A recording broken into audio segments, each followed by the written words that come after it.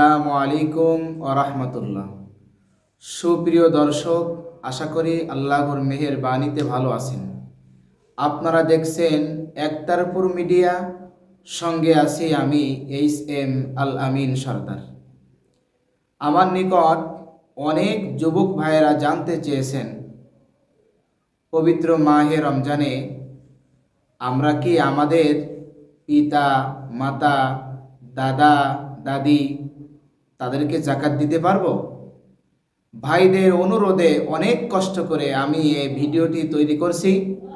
সকলকে ভিডিওটি শেষ পর্যন্ত দেখার জন্য অনুরোধ রইল।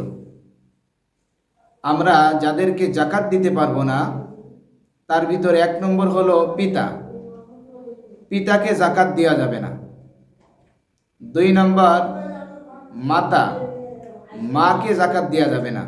অনুরূপভাবে পিতা, দাদা, পরদাদা এবং মা, নানি, পরনানি ইত্যাদি যতই নিচের দিকে যাক তাদেরকে জাকাত দেওয়া যাবে না।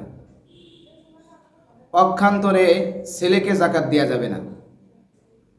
পিতা, পত্নী, পিতার ছেলে, পত্নীর ছেলে মেয়ে তাদেরকেও জাকাত দেওয়া যাবে না। অনুরূপভাবে মেয়েকেও জাকাত দেওয়া যাবে না। মেয়ের ছেলে মেয়ে তাদেরকেও জাকাত দেওয়া যাবে না। এরকম এই কয়েকটা বিষয়ের যতই নিচের দিকে যাবে তাদের কাউকে জাকাত দেওয়া যাবে না।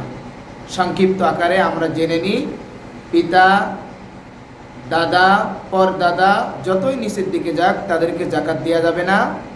মা, নানি, নানির মা, তার মা ইত্যাদি যতই নিচের দিকে যাক তাদেরকে জাকাত দেওয়া যাবে না।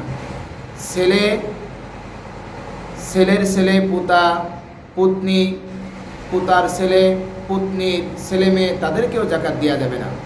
অনুরূপভাবে মেয়ের ছেলে মেয়ে তাদেরকেও জাকাত দেওয়া যাবে না।